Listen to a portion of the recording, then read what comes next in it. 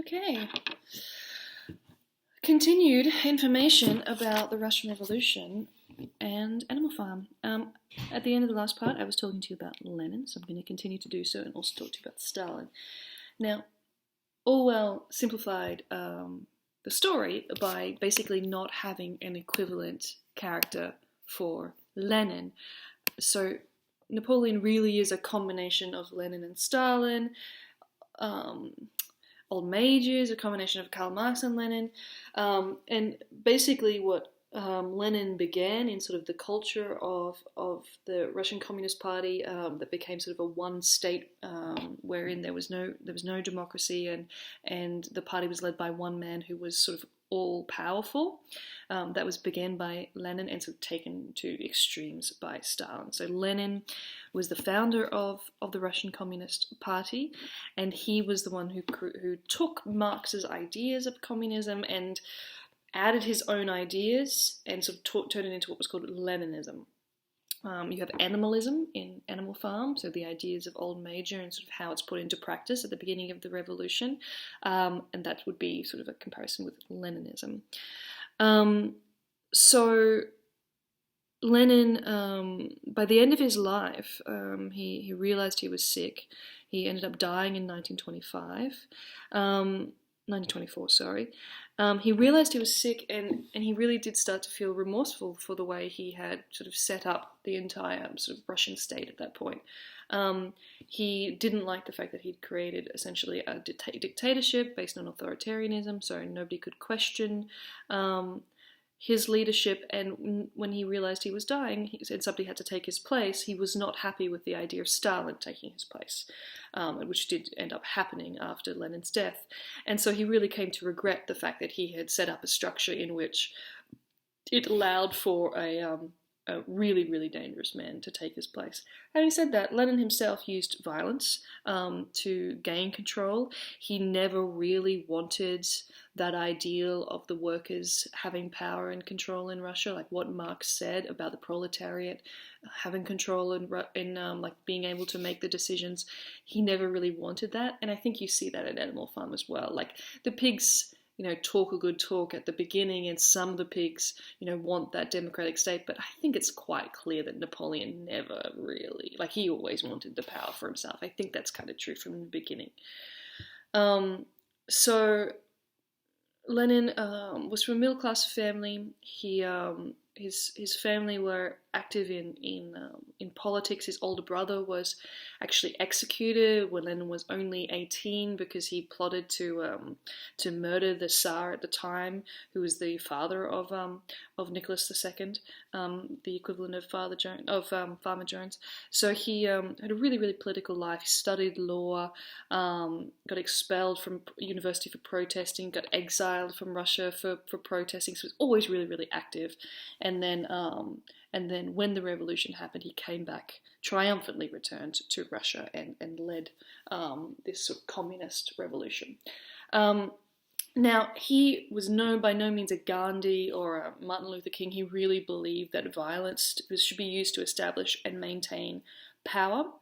And so, yeah, from the very beginning, this was a violent and dangerous place to live. Like as soon as the Bolsheviks, Lenin's party had won the Civil War against the White Army, this became not a great place to be. The Civil War had caused famine. 10 million people died during the Civil War, so it was incredibly brutal.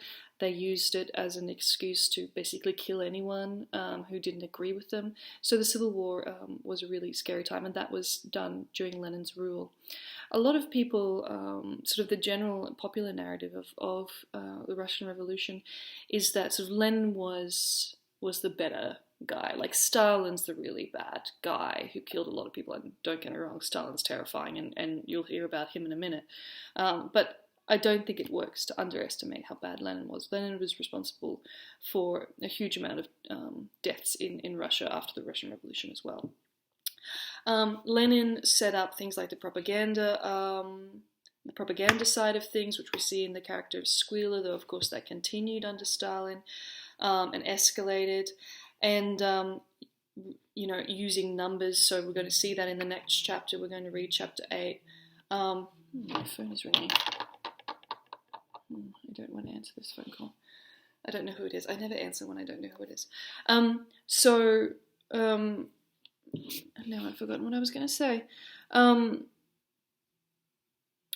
As we see in chapter 8 of Animal Farm, we have the pigs using the numbers. So I'm talking about page 61 right now. Pigs using numbers to say, oh, things are better here than ever. Production is up. We've got so much food.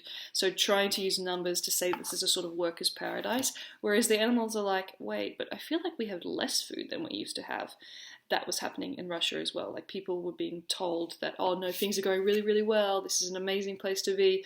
But, production was down to just 13% of what it had been before the Russian Revolution. So promises were not being fulfilled.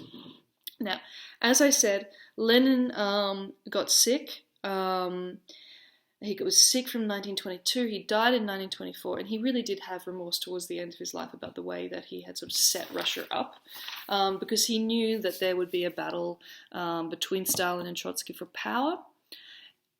And I think he knew that Stalin would win, because Stalin was the more brutal of the two, and that's true in the book too, right? Napoleon is the nastier character than Snowball.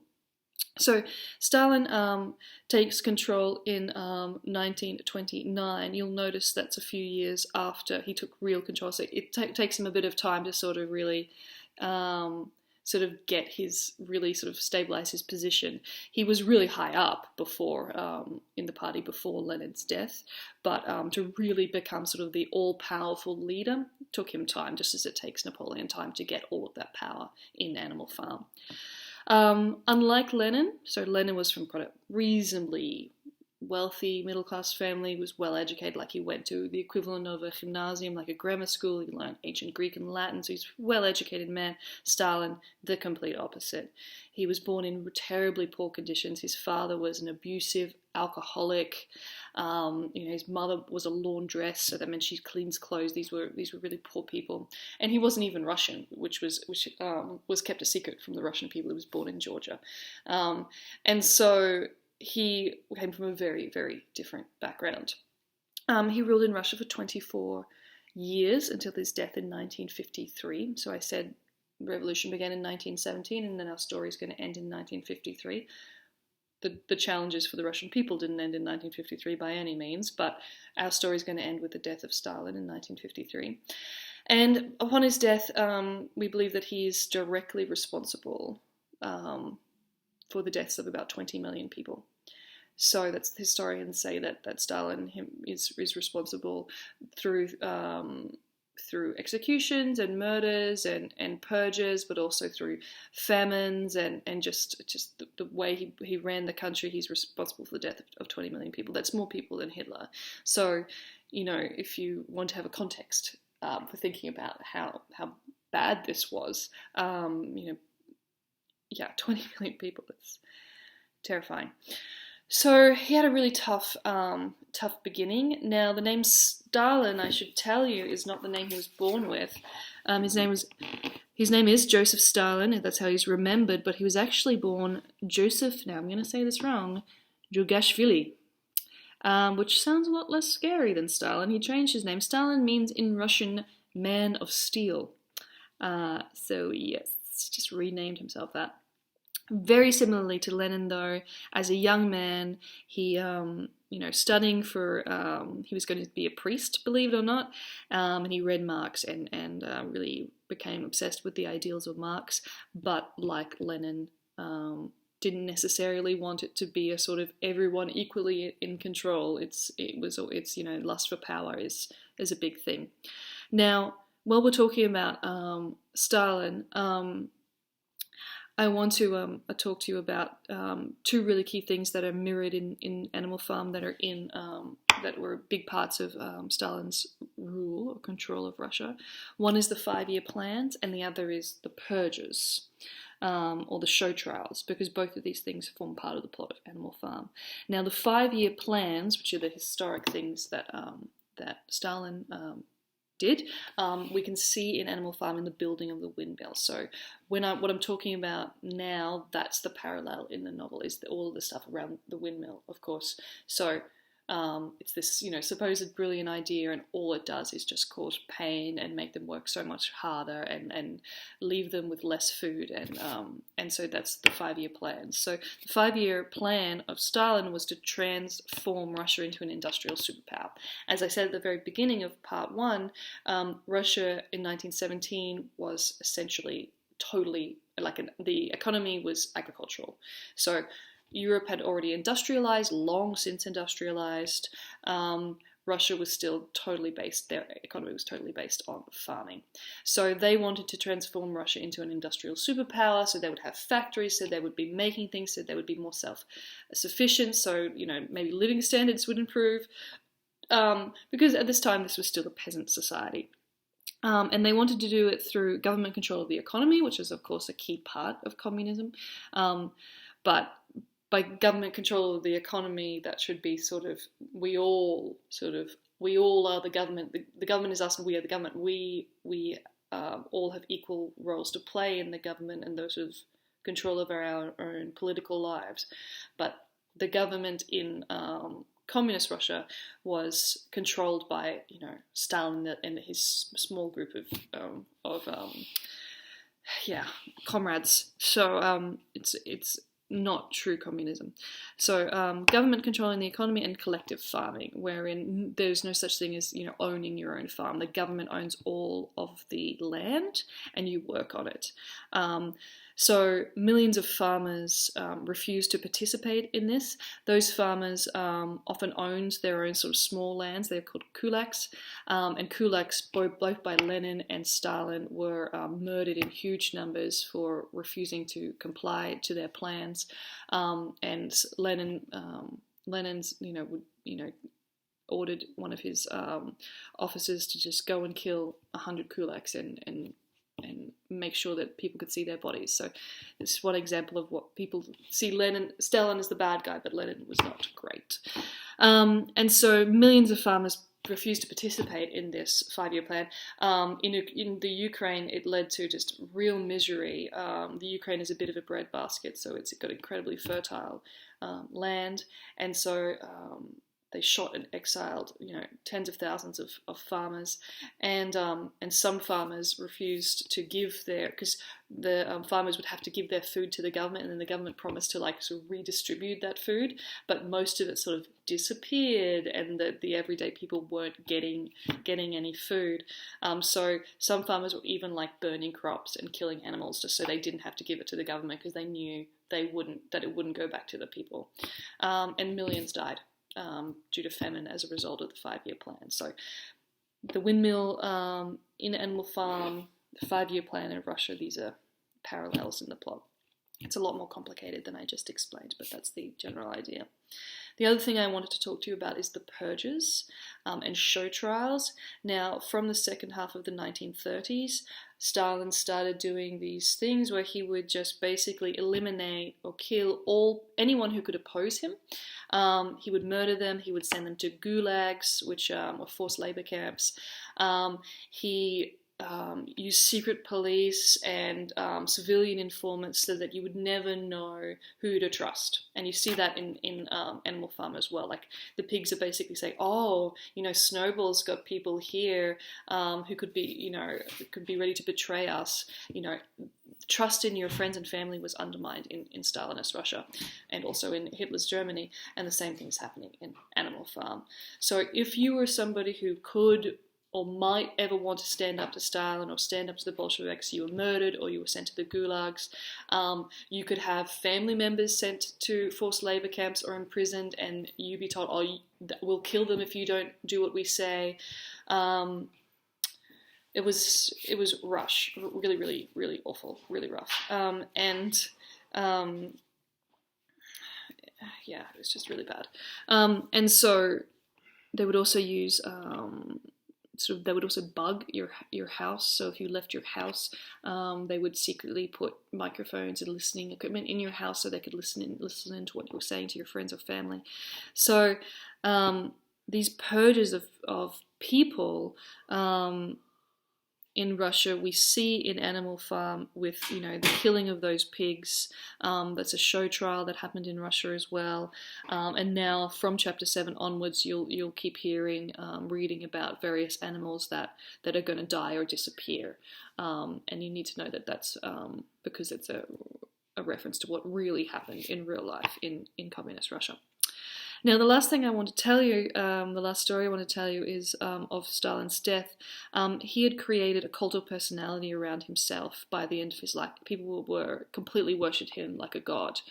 And you're seeing this also in the book. Napoleon's giving himself awards. He's naming things after himself. He's got portraits painted, and there's poems being told about him. That's exactly what Stalin did. People, thousands of statues of Stalin were all around Russia. He would name Stalingrad, he named cities after himself, portraits being painted of him. People were sort of obsessed with sort of glorifying the ideal of Stalin. You're seeing that in the novel as well. So by the time of his death, so he died in 1953, he had everyone so frightened of him. He had everybody so frightened of him that Alvin. He had everybody so frightened of him that nobody would ever sort of cross him. So like in 1952, his doctor said to him, "Look, buddy, I really think," I'm sure he didn't say buddy, but he said, "Look, dear leader, you've really got to be careful. Your health isn't as good as it used to be." He was, sort of, I think about 85 or something at this point. He wasn't a young man. And so his doctor said, you've got to be careful, you've got to take it easy, you've got to rest more. And Stalin put him in prison for saying that. So you can imagine people were just terrified of this man. And so he had this rule that he'd go to bed and nobody could come into his room. So if he closed the door, he had guards outside and nobody could come into his room unless he let them in. So February 28th, 1953, he has a night of heavy drinking because he drank a lot. And he goes into the room and they don't really hear anything. And there's rumors that the guards actually heard him sort of fall or something, but they were so scared they didn't want to go in. And so he didn't get up in the morning. He used to get up around 7 or 8 in the morning. He didn't get up. And by 10 a.m., there's no movement, there's no sound in his room.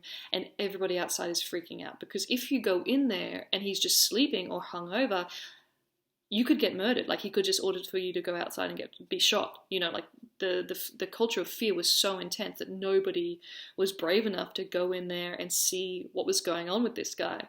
So after several hours, they end up sending his sort of maid in, like his nurse maid who had, was very elderly and had known him for a very long time. And she found him passed out on the floor. He'd wet himself. He couldn't speak. He was paralyzed. And he'd been in that terrible state of suffering for hours because people were so scared of him, which is one of those historical ironies which I just find absolutely fascinating. And he'd killed and imprisoned so many of the doctors in Russia that they couldn't find anyone to come and treat him. It blows my mind that he set up this culture of fear and he got rid of anyone who was in a position to challenge him and then that's how he died. It's fascinating. 3C, in the next few days I'm going to record, I've done chapter 7 for you, so you should have listened to that already. I'm going to do chapter 8 for you very, very soon. I hope you're all staying inside. I hope you're all staying safe and looking after yourselves, looking after your family. I miss you all. I'm glad this is done. I feel really intimidated trying to teach Russian Revolution because it's so complicated and every year I seem to forget it and have to teach it to myself all over again. I'm glad it's done. Bye, you guys. Miss you.